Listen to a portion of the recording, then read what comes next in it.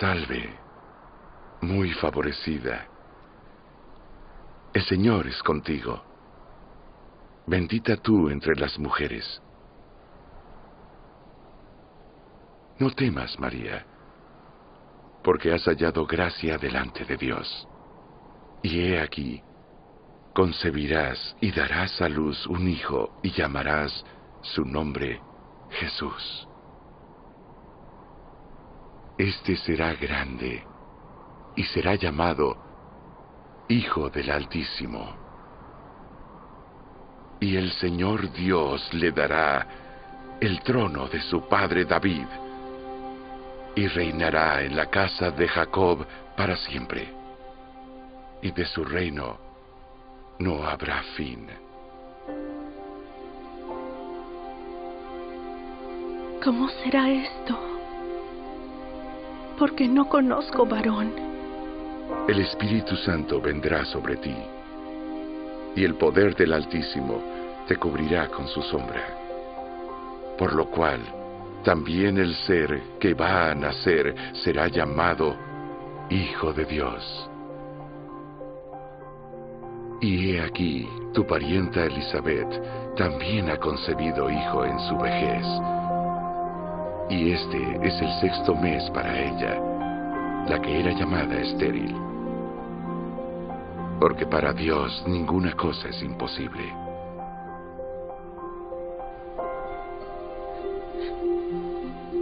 He aquí, la sierva del Señor. Hágase conmigo conforme a tu palabra.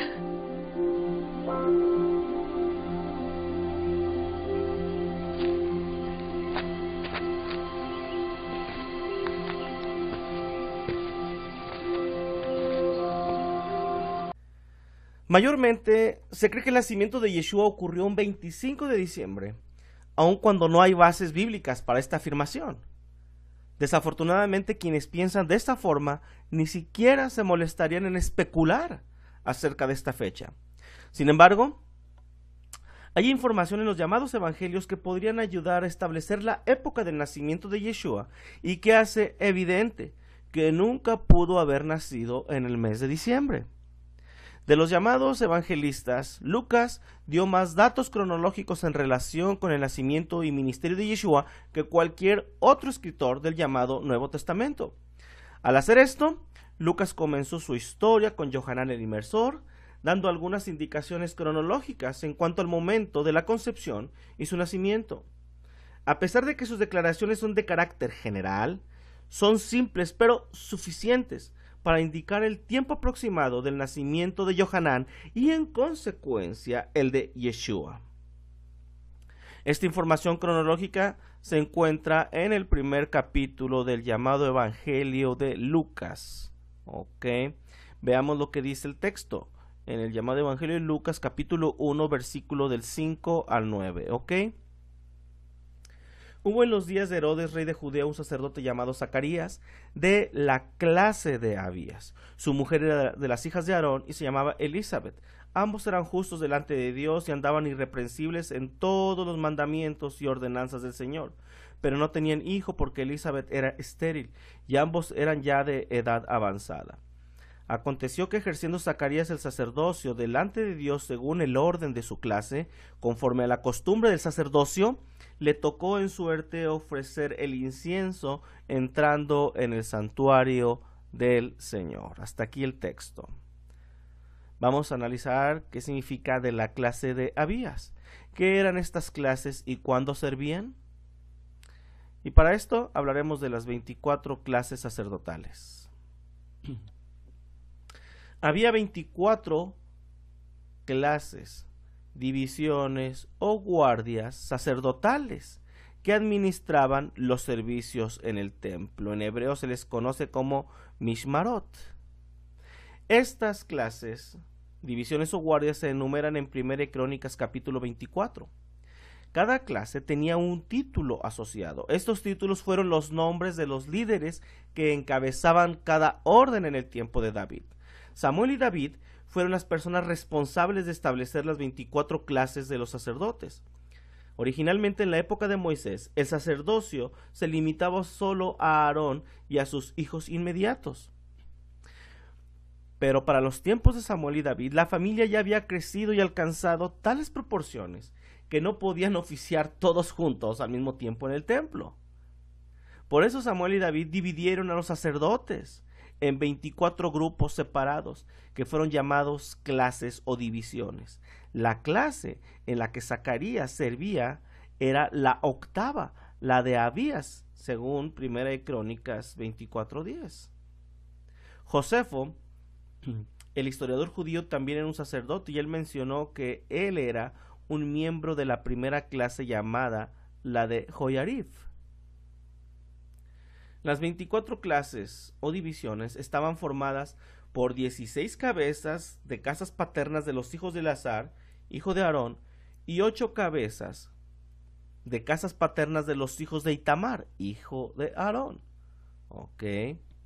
Esto lo encontramos aquí en 1 Crónicas 24:4. Y de los hijos de Eleazar había más varones principales que de los hijos de Itamar.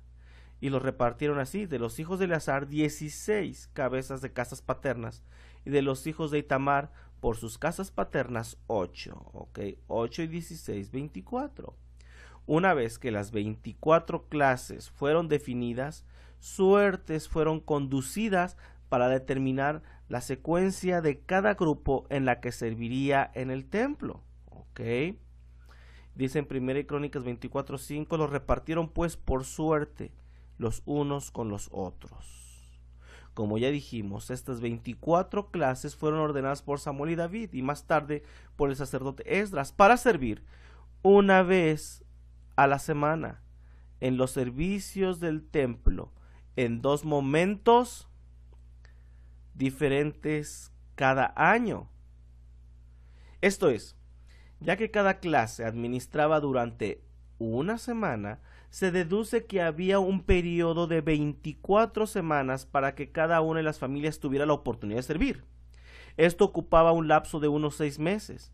Cuando las 24 clases terminaban su servicio, la serie comenzaba nuevamente. En un plazo de 48 semanas, cada clase habría servido durante 2 semanas. Ok. El calendario hebreo es lunar. En años regulares se tienen cerca de 51 semanas. Los sacerdotes servían en sus clases o divisiones 48 de esas 51 semanas. Esto significa que había 3 semanas en el año que faltaban por cubrir. ¿Qué pasó con estas 3 semanas? David dio la respuesta. Veamos. Las clases o divisiones servían juntas en 3 festividades. Dado que había 3 grandes festividades sagradas de peregrinación del calendario hebreo, esto es, Pascua, Pentecostés y Tabernáculos, y puesto que en aquellos tiempos había grandes multitudes en Jerusalén, David ordenó que todas las 24 clases debieran servir juntas para la semana de Pesaj, la semana de Pentecostés o Shavuot y la semana de los tabernáculos o Sukkot. Esto es confirmado en la literatura rabínica. En 2 Crónicas 5:11 dice de la siguiente manera: cuando los sacerdotes salieron del santuario, pues todos los sacerdotes que se hallaban presentes se habían santificado sin guardar orden de clases.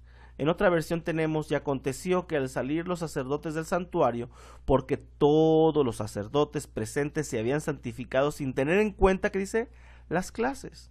Ok, nuevamente, en la literatura rabínica también está confirmado que las 24 clases debieran servir juntas para la semana de Pesach, Shavuot y Sukkot. Ok. Respecto a las 3 festividades llamadas de peregrinación, tenemos en Deuteronomio 16:16: 3 veces cada año aparecerá todo varón tuyo delante del Señor tu Dios en el lugar que Él escogiere, en la fiesta solemne de los panes sin levadura, esto es Pesaj, y en la fiesta solemne de las semanas, Shavuot, y en la fiesta solemne de los tabernáculos, Sukkot, y ninguno se presentará delante del Señor con las manos vacías. ¿Ok? Así, Adicional a las semanas regulares de servicio, las 24 clases sacerdotales servían por 3 semanas extras durante el año, de esta forma cubriéndose las 51 semanas del año. ¿Ok? Cada semana estaba organizada para que los sacerdotes comenzaran su turno en Shabbat y terminaran en Shabbat. Esto confirmado por Josefo en Antigüedades 7.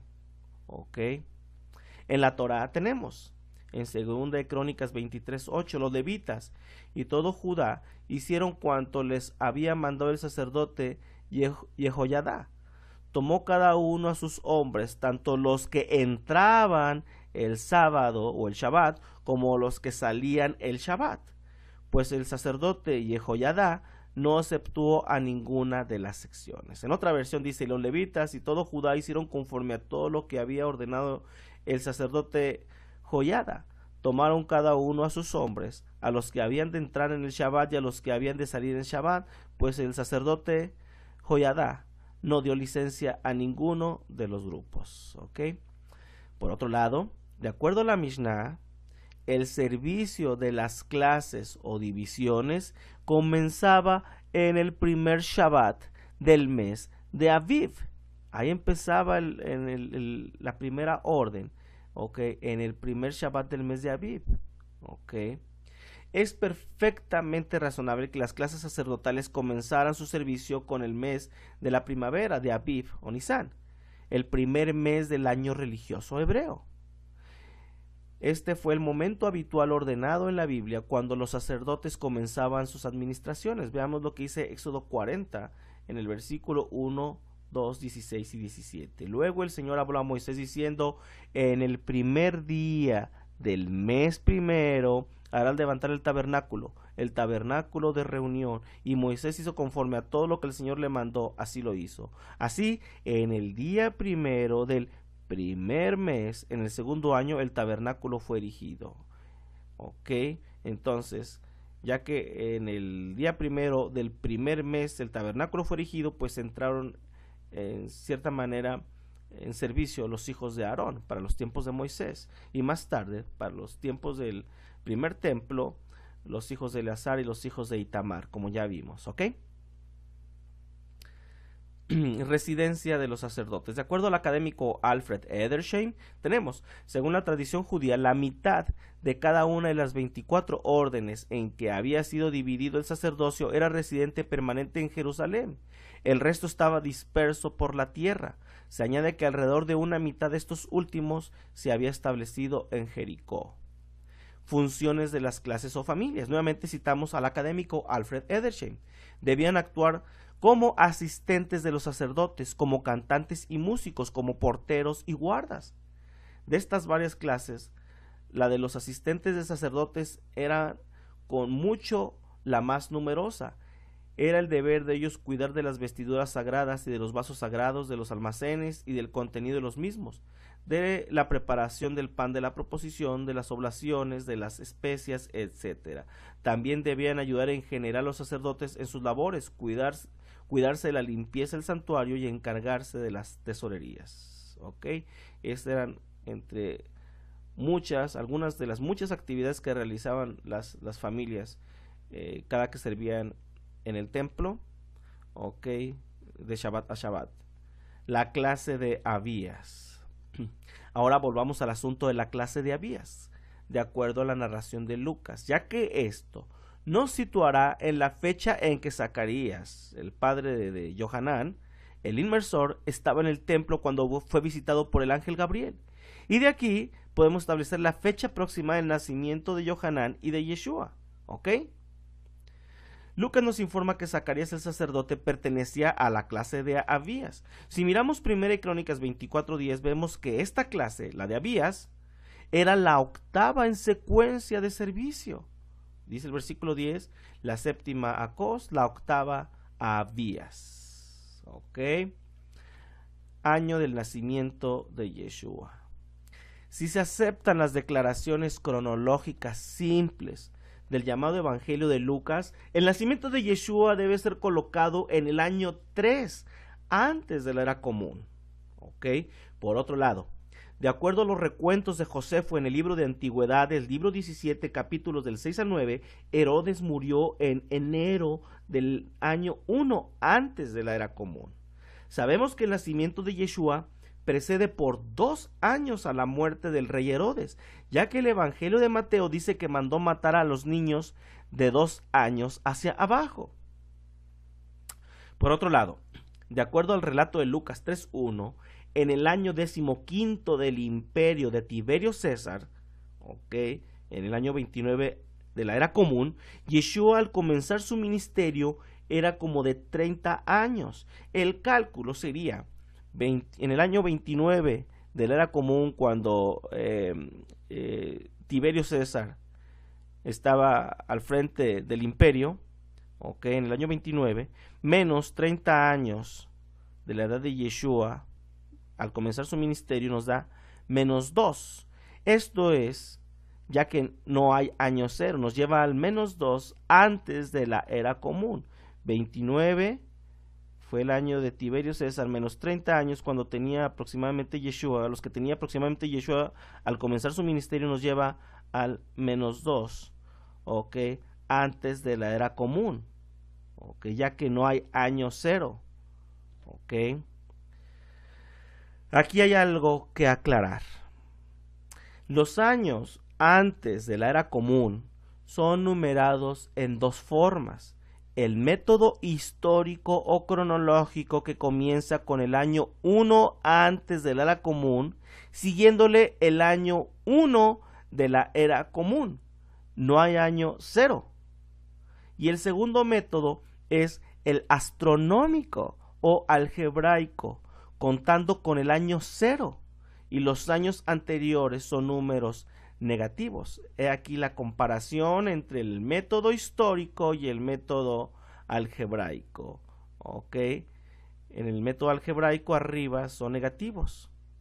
Aquí tenemos el año 0, negativos, y hay el año 1, 2. Pero en el año astronómico, y en el año histórico o cronológico, pues no tenemos estos números negativos. Este es el método, dijimos, este que arriba es el método astronómico algebraico, contando con el año 0, que lo vemos, y los años anteriores negativos. Y en la segunda línea tenemos el método histórico cronológico, que comienza en lugar del año 0 en el año 1. Es el año 0, corresponde al año 1 antes de la era común, y aquí está la comparación. De manera que si decimos que Yeshua nació en el año 2, como hicimos ahorita el cálculo, antes de la era común, realmente estamos hablando que es el año 3 antes de la era común en el método, dijimos, en el método histórico o cronológico. Entonces va a haber algunos sistemas, algunos programas de astronomía en que tenemos que estar muy al pendiente de qué método está siguiendo para las fechas, para establecer los años. Y bueno, pues aquí tenemos esta tabla comparativa nuevamente entre el método algebraico en esta línea con año 0 y el método histórico en el cual no tenemos año 0. Del año 1 antes de la era común le sigue el 1 de la era común sin año 0. Por todo lo anterior, lo más probable es que el nacimiento de Yeshua sucedió en el año 3 antes de la era común, que en algunos libros los van a encontrar como en el menos 2 de la era común. Otra evidencia que apunta a posicionar el nacimiento de Yeshua en el año 3 antes de la era común es que el periodo que va de mayo del año 3 antes de la era común a diciembre del año 2 antes de la era común estuvo repleto de eventos astronómicos visibles. Estas relaciones y movimientos inusuales fueron interpretadas por los sabios, indicando el nacimiento del Mesías en el mundo. el tiempo de nacimiento de Johanán. Recordemos que de acuerdo a la Mishnah, el servicio de las clases o divisiones comenzaba en el primer Shabbat del mes de Aviv o Nisan. ¿Ok? Ahí empezaba la primera clase sacerdotal en el mes de Aviv o Nisan. ¿Ok? Con esto, para fines de proyección cronológica, si tomamos como base que el primer día de Aviv Nisan sucedió, de acuerdo a algunos investigadores, en marzo 28 del año 4 antes de la era común, tenemos entonces que Zacarías estaba sirviendo en el templo en la semana 9 del año religioso hebreo. Esto es a finales de mayo y principios de junio, ahí donde estaba sirviendo Zacarías, cuando le tocó servir. Ok, a finales de mayo y principios de junio. Ahora, si consideramos que la concepción de Johanán pudo haber sucedido a mediados de junio, la semana 40 o noveno mes de gestación de Elizabeth culminaría con el nacimiento de Johanán en la tercera semana de marzo del siguiente año, en Pesaj del año 3 antes de la era común. Ok. Esto es sumamente interesante, ¿okay? El hecho de que Johanán haya nacido en Pesaj, ¿okay?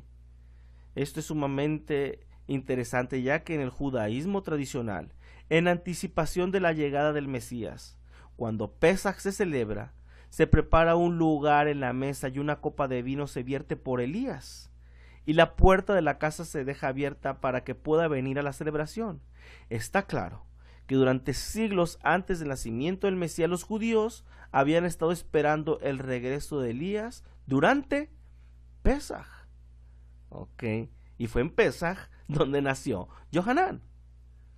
Ok, el tiempo del nacimiento de Yeshua. Ya que logramos establecer la fecha aproximada del nacimiento de Johanán, podemos con mayor facilidad establecer la de Yeshua. De acuerdo a Lucas 1:26 y el versículo 36, Miriam concibió cuando Elizabeth estaba en su 6º mes de embarazo. De mediados de junio, cuando sucedió la concepción de Johanán, si nos movemos 6 meses adelante, nos lleva a mediados de diciembre, que es donde se encuentra la festividad de Hanukkah.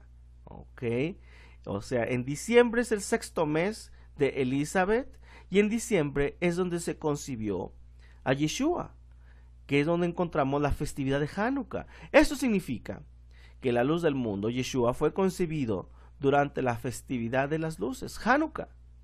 Si ahora nos movemos 9 meses adelante, o 40 o 41 semanas después de la concepción de Yeshua en diciembre, a partir de mediados de diciembre, nos llevaría al mes de septiembre, el tiempo del nacimiento de Yeshua en la festividad de Sukkot. Vamos a ver algunas gráficas, algunas tablas en las que podemos posicionar estos meses, ¿ok? Y vemos un poquito hacia el final de este documento y tenemos estas tablas cronológicas. Aquí tenemos el año 4 antes de la era común, termina y empieza en enero, el año 3 antes de la era común, en los meses gregorianos. En lo que respecta a Elizabeth y Johanán y sus meses de gestación, dijimos que en el mes de mayo Zacarías está en funciones, ok, de acuerdo a la orden de Abías, como ya vimos y explicamos. En junio, en algún momento de junio, de mediados de junio, tenemos la concepción de Johanán.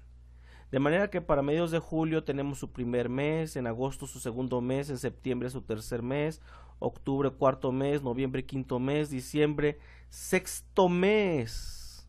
Ok, el 6º mes. Pero continuemos. En enero su 7º, en febrero su 8º y en marzo su 9º mes, el mes de donde se celebra Pesaj. Ahora, dijimos que en el 6º mes, ok, como dice el texto de Lucas 1, 26 dice: al sexto mes el ángel Gabriel fue enviado por Dios a una ciudad de Galilea llamada Nazaret. Y dice en el versículo 36, donde está hablando el ángel Gabriel con Miriam o con María, le dice: y aquí tu parienta Elizabeth, ella también ha concebido hijo en su vejez, y este es el sexto mes para ella, la que llamaban estéril. O sea, en el sexto mes de Elizabeth fue visitada a Miriam y se le anuncia acerca de la concepción de Yeshua. Ok, ahora, si contamos de diciembre, a enero, en enero se cumple el primer mes de gestación de Miriam. En febrero el segundo, en marzo su tercer mes, en abril su cuarto, en mayo el quinto, en junio el sexto, en julio el séptimo, en agosto el octavo y en septiembre el noveno mes. Y es en septiembre donde se celebra la festividad de los tabernáculos o Sukkot. ¿Qué les parece? Veamos otra tabla con detalles cronológicos un poco más detallados. ¿Ok? Aquí tenemos esta tabla. Y en esta línea tenemos las semanas. Tenemos 51 semanas de un año hebreo. Tenemos la columna de estas fechas y las clases. Como supuesto, tenemos que Abib Nisan comenzó en la semana de marzo 28 del 4 antes de la era común. ¿Ok? Ahora mismo les explicaré cómo funciona esta tabla. ¿Ok? Entonces, si en marzo 28 empezó Nisan, ¿ok? Es la primera semana en la que sirvió la primer clase, ¿ok? Recuerdan que las clases, la primera clase comenzaba en Nisan, ¿ok? Entonces, si Nisan o Abib comenzó en la semana del 28 de marzo, aquí tenemos la primera semana con su fecha, en la semana del 28 de marzo, y ahí sirvió la primera clase.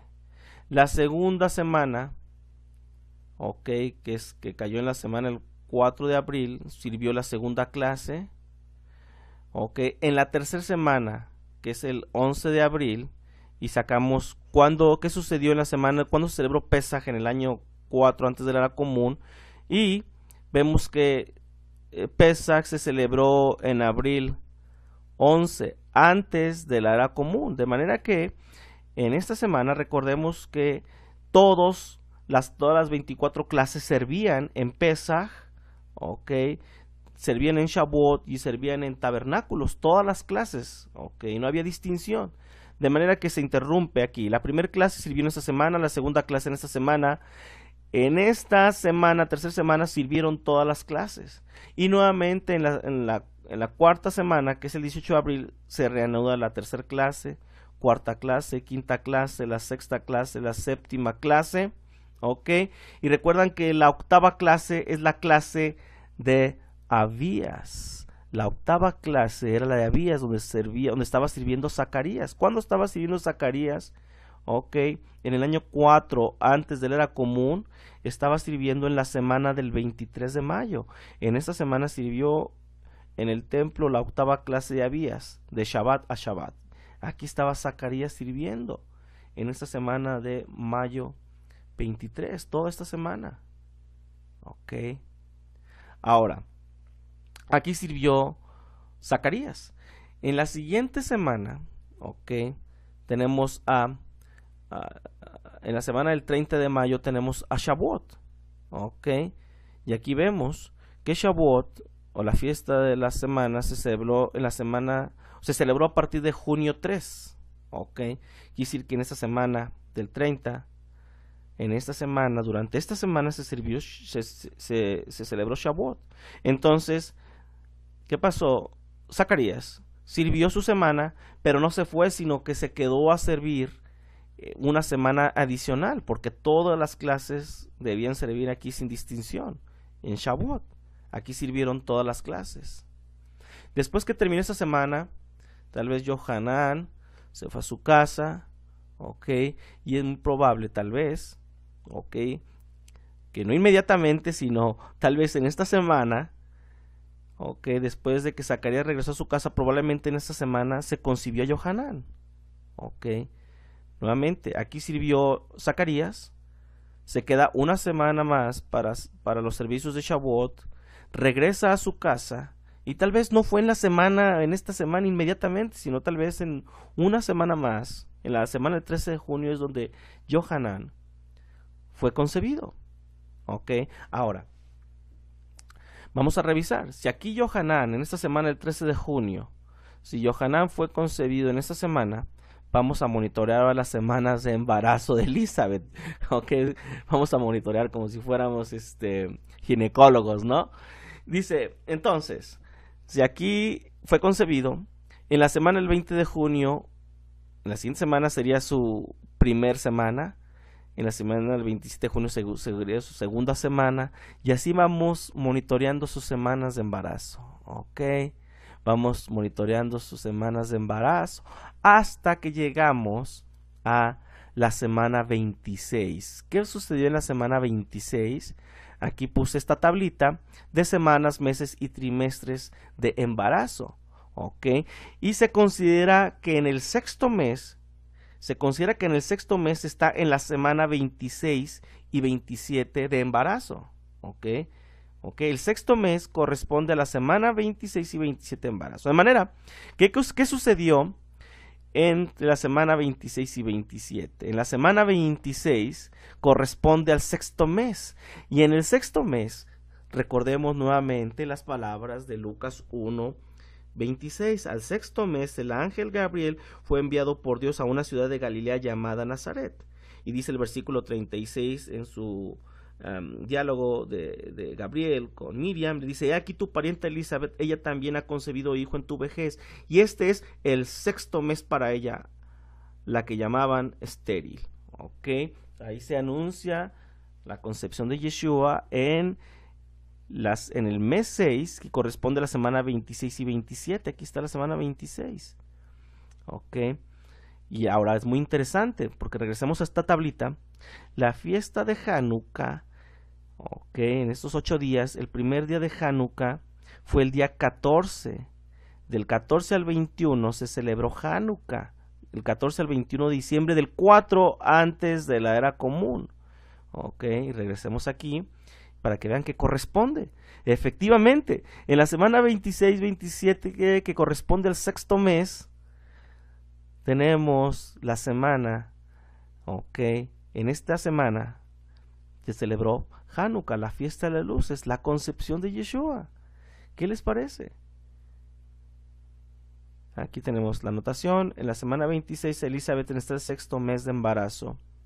Y este mes de diciembre, en esta semana de diciembre, como ya vimos en esta tablita, Hanukkah se celebró del 14 al 21. Aquí en esta semana, durante esta semana encontramos el 14, la fiesta de Hanukkah. ¿Qué les parece? Ahora, sigamos monitoreando las semanas de embarazo de Elizabeth. Esa semana 26, 27, 28, etcétera, etcétera. Llega un momento en que ya brincamos del año 4 antes de la era común al año 3. Ya estamos aquí en enero, en el mes gregoriano de enero, pero el siguiente año. Ya no estamos en el año 4, ya andamos en el año 3 antes de la era común. Y seguimos monitoreando las semanas. De manera que llegamos a la semana 41 y nuevamente checamos en esta tabla. El noveno mes le corresponde la semana 39, 40, 41 y 42. Cualquiera de estas semanas, ya sea la semana 39, 40, 41, 42, le corresponde el mes noveno. Ok, esa es una tabla que pueden encontrar en internet. Entonces, vemos aquí que en su semana 40 o 41, ok, pues tenemos el nacimiento de Johanán. E interesantemente, el Pesaj del año 3 antes de la era común cayó en marzo 30. O sea que durante esta semana, aquí tenemos el 27, pero estamos hablando de la semana completa. Durante esta semana encontramos el marzo 30, que corresponde a la festividad de Pesaj, y que corresponde a la semana 41 semana 41 de gestación de Elizabeth. Ok. Y aquí en esa semana 41, que es el 9º mes, ok, tenemos el nacimiento de Yohanan en Pesaj. ¿Qué les parece? Ahora, vamos a monitorear las semanas de embarazo de Miriam. Ok.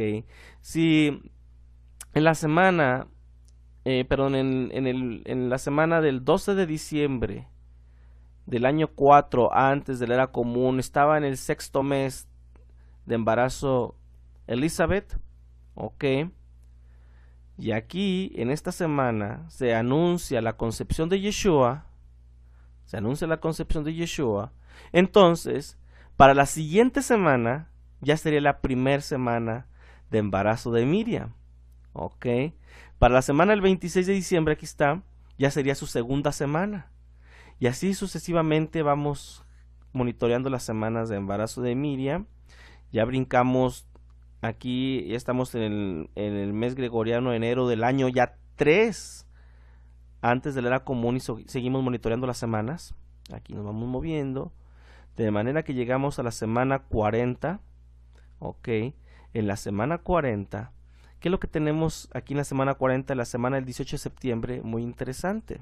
Ok, muy interesante porque en esta semana se celebró Sukkot.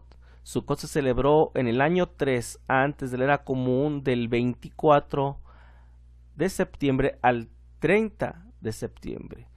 Quiere decir que durante esta semana, en la semana del 18 de septiembre, encontramos el 24 de septiembre. Y ya dijimos, la semana 40 corresponde al 9º mes. Y en esta semana se celebró Sukkot.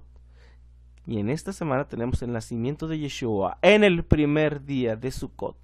Ok, en el primer día de Sukkot, el 24 de septiembre del año 3 antes de la era común. ¿Qué les parece? Sin necesidad de forzar tanto la interpretación y las fechas. Casi por sí solas se dan las fechas, ok, solamente cuadrando y atando cabos podemos llegar a estas conclusiones. Realmente, vuelvo a repetirlo, sin necesidad de forzar tanto la interpretación, ok. Volvamos entonces a nuestro texto, ok, y tenemos aquí en la página algunas evidencias. En esta página ahora vamos a ver algunas evidencias circunstanciales del nacimiento de Yeshua en Sukkot. Ahora, si ya vimos que en Sukkot, bueno, pues ahora, ¿qué evidencias circunstanciales tenemos? Ok, para hacer referencia a Sukkot, ok, que complementará y hará más fuerte esta posición, ok, que el nacimiento de Yeshua sucedió en Sukkot, ok, del año 3 antes de la era común, en septiembre, y no en diciembre, un 25 de diciembre, como comúnmente se establece, se define, se enseña. ¿Ok? Ahora revisaremos algunas evidencias circunstanciales de la época de nacimiento de Yeshua en otoño, en particular en la fiesta de Sukkot. Dice en Lucas 2:1, aconteció en aquellos días que se promulgó un edicto de parte de Augusto César que todo el mundo fuese empadronado. Es improbable que el decreto de empadronamiento se haya llevado a cabo durante los meses de invierno, pues como Yeshua mismo dice en Mateo 24:20, orad pues para que vuestra huida no sea en invierno. Ok, si era tan malo el tiempo del invierno aún para huir, también lo hubiera sido para las miles de personas que viajarían por varios días, como sucedió en los días del nacimiento de Yeshua. Ok, no pudo haber sido este empadronamiento en los meses de invierno. Ok, en Lucas capítulo 2, del versículo 3 al 7 tenemos lo siguiente: e iban todos para ser empadronados cada uno a su ciudad. Y Joseph subió de Galilea, de la ciudad de Nazaret a Judea, a la ciudad de David, que se llama Belén, por cuanto era de la casa y familia de David, para ser empadronado con María o Miriam su mujer, desposada con él, la cual estaba encinta. Y aconteció que estando ellos allí se cumplieron los días de su alumbramiento, y dio a luz a su hijo primogénito, y lo envolvió en pañales, y lo acostó en un pesebre, porque no había lugar para ellos en el mesón. ¿Ok? En la fiesta de Sucot o tabernáculo se requería que todos los varones subieran a Jerusalén, de acuerdo a Deuteronomio 16:16. Por esta razón, las ciudades alrededor de Jerusalén estaban abarrotadas de peregrinos, y Miriam, o María, y José no pudieron encontrar aposento, ¿ok? De acuerdo al texto de Lucas 2:7, ¿ok? Por otro lado, la festividad de Sucot, tabernáculos, los israelitas deberían hacer tiendas temporales para santificar el mandamiento, como lo dice en Levíticos 23 del 40 al 43. Y tomaréis el primer día ramas con frutos de árbol hermoso, ramas de palmeras, ramas de árboles frondosos y sauces de arroyos, y os regocijaréis delante del Señor vuestro Dios por 7 días. En tabernáculos habitaréis 7 días. ¿Ok? Ahora, el texto griego de Lucas 2:7, ok,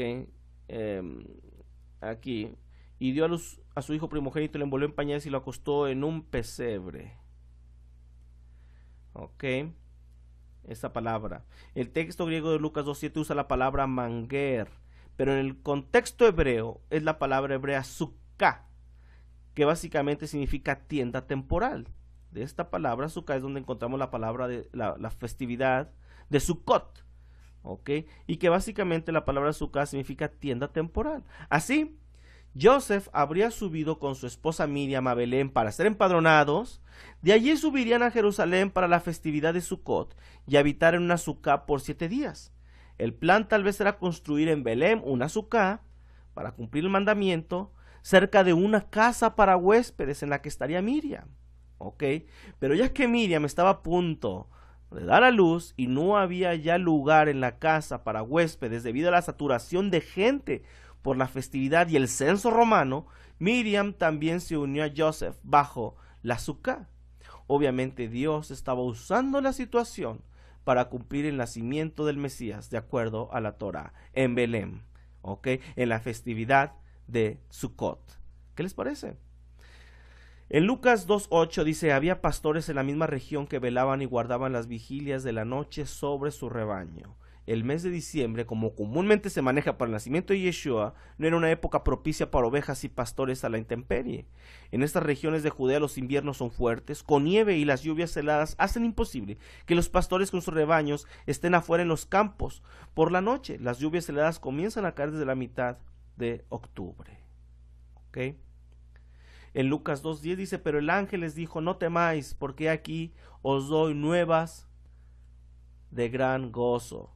Recordemos que la fiesta de Sukkot o tabernáculos también es conocida como la época de nuestro regocijo.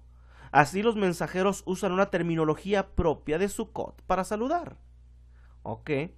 Sukkot también es conocida como la fiesta de las naciones. Con ello en mente leemos en Lucas 2:10, porque aquí os doy nuevas de gran gozo. Nuevas de gran gozo que será para todo el pueblo. Algunas otras versiones dicen que será para todas las naciones. Ok. Nuevamente, se usa una terminología propia de Sukkot para saludar. En Isaías 9:3 dice, multiplicaste la gente y aumentaste la alegría. Se alegrarán delante de ti como se alegran en el tiempo de la cosecha. Y si nos movemos al versículo 6, encontramos unas palabras muy conocidas por todos nosotros. Porque un niño nos ha nacido, hijo nos ha sido dado. Y en este contexto voy a repetirlo, cuando dice en el tiempo de la cosecha, un niño nos ha nacido, un hijo nos es dado. La pregunta, ¿cuál es el tiempo de la cosecha en donde este niño nos es dado? Respuesta, Sukkot, o la fiesta de las cabañas, o tabernáculos. Se le conoce como el tiempo de la cosecha. Y esto lo encontramos en Éxodo 23. ¿Ok? Cuando habla, dice, 3 veces en el año me celebraréis fiesta, la fiesta de los panes de levadura, también la fiesta de la siega, los primeros frutos de tus labores que hubieres sembrado en el campo, y la fiesta de la cosecha a la salida del año, cuando hayas recogido los frutos de tus labores del campo. Conclusión. Como ya vimos, en el llamado Nuevo Testamento no encontramos evidencia alguna de un nacimiento de Yeshua en invierno, mucho menos un 25 de diciembre. El 25 de diciembre no siempre fue celebrado, sino hasta el siglo IV por el cristianismo romano. La definición de esta fecha estuvo expuesta a muchas controversias y propuestas, además de contradecir las evidencias bíblicas. De acuerdo a las evidencias que encontramos tanto en el llamado Antiguo como en el Nuevo Testamento, Yeshua nació en el primer día de la fiesta de Tabernáculos, un 24 de septiembre del año 3 antes de la era común.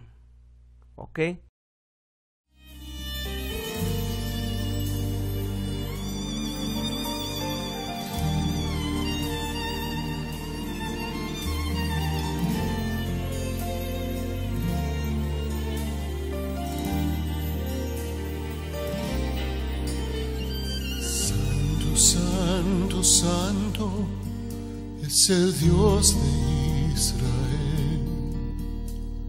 Con la voz de un ángel te queremos adorar. Con olor de incienso sube al trono de tu altar. Señor, adoramos ante tu gran majestad. Eres santo, santo, santo, eres Dios, santo, santo, santo, eres Dios, santo.